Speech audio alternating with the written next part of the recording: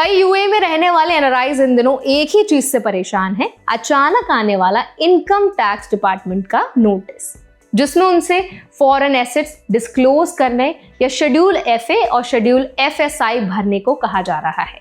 पहली नजर में ये नोटिस डरावना लगता है, लेकिन सच ये है कि ज्यादातर मामलों में कोई गलती नहीं होती, बल्कि आपके टैक्स फाइलिंग में हुई एक छोटी मिसमैच की वजह से ऑटोमेटेड तरीके से भेजा जाता है।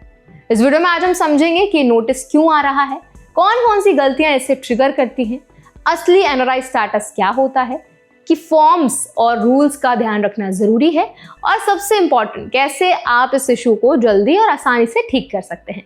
तो चलिए फिर फटाफट से वीडियो को स्टार्ट कर देते हैं। Hi, my name is Varsha and you are watching NBD tech ed. सबसे पहले समझना जरूरी है कि इंडिया अब हर साल 100 से ज्यादा देशों से फाइनेंशियल डेटा ऑटोमेटिकली प्राप्त करता है। इसे कॉमन रिपोर्टिंग स्टैंडर्ड या CRS कहा जाता है। CRS को आसान भाषा में अगर समझें तो ये एक ग्लोबल सिस्टम है जिसमें देश आपस में फाइनेंशियल जानकारी शेयर करते हैं ताकि टैक्स इवेशन रोका जा सके। इसी सिस्टम से इंडिया को दुनिया भर के एनआरआईज की foreign bank accounts, interest, dividends, property और इन्वेस्टमेंट की पूरी जानकारी मिलती है। अब समस्या तब शुरू होती है जब यूएई में रहने वाला कोई एनआरआई गलती से अपनी income tax return resident category में फाइल कर देता है। जब सिस्टम को लगता है कि आप रेजिडेंट हैं, लेकिन CRS डेटा में आपकी फॉरेन एसेट्स दिख जाती हैं, तो सिस्टम अपने आप एक मिसमैच डिटेक्ट करता है और आपको ये नोटिस भेज दिया जाता है। यानी नोटिस का मतलब ये नहीं है कि आपने कुछ गलत कर दिया है, ये सिर्फ फाइलिंग में क्लासिफिकेशन की गलती होती है। कई एनआरआईज ये गलती इसलिए भी कर देते हैं क्योंकि उनके पैन की स्टेटस कभी एनआरआई में अपडेट ही नहीं हुआ होता है, या वो अभी भी पुराने रेजिडेंट सेविंग अकाउंट का इस्तेमाल करते हैं, या फिर उनका CA एनआरआई टैक्सेशन में विशेषज्ञ नहीं होता। ऐसे में सिस्टम आपको रेजिडेंट मान लेता है और रेजिडेंट टैक्स पेयर को फॉरेन एसेट्स और फॉरेन इनकम दोनों डिक्लेयर करने होते हैं, जबकि असली एनआरआई को शेड्यूल एफए या शेड्यूल एफएसआई भरने की कोई जरूरत नहीं होती। अब सवाल यह है कि असली एनआरआई की डेफिनेशन है क्या, तो इसको भी एक बार रिवीजन कर लेते हैं।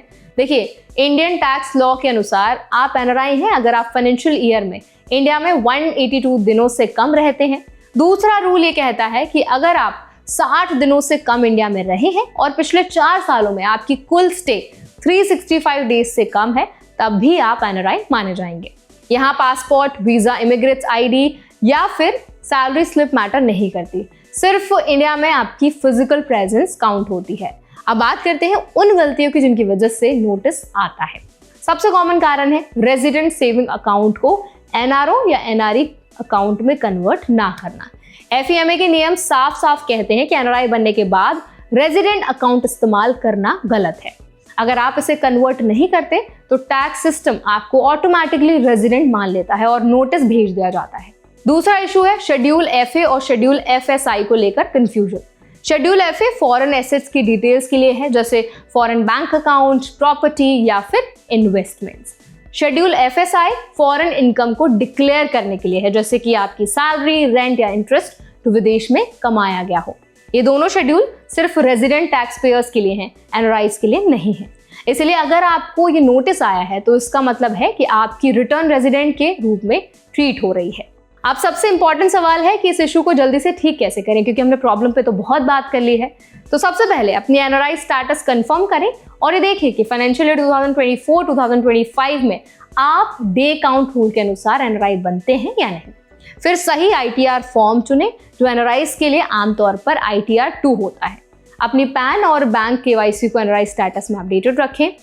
रेजिडेंट सेविंग्स अकाउंट को तुरंत NRO या NRE अकाउंट में कन्वर्ट कराएं।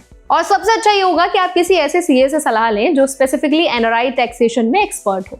कई लोग पूछते हैं कि पेनल्टीज का क्या होगा, तो अगर गलती से रेजिडेंट कैटेगरी में फाइल किया है और फॉरेन एसेट्स रिपोर्ट नहीं की तो ब्लैक मनी एक्ट के तहत प्रति फॉरेन एसेट 10 लाख रुपए तक का जुर्माना लग सकता है। इसके अलावा FEMA वायलेशंस और टैक्स स्क्रूटनी भी हो सकती है, लेकिन क्लासिफिकेशन को अभी सही कर लेने से ये सब अवॉइड किया जा सकता है।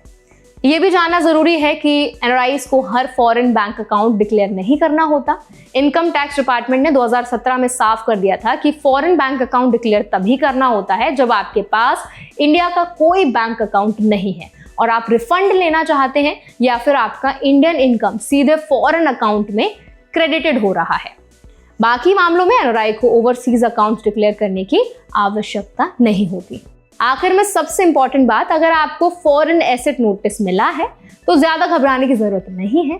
यह आमतौर पर आपकी पैन स्टेटस, केवाईसी या बैंक अकाउंट क्लासिफिकेशन की गलती से आता है।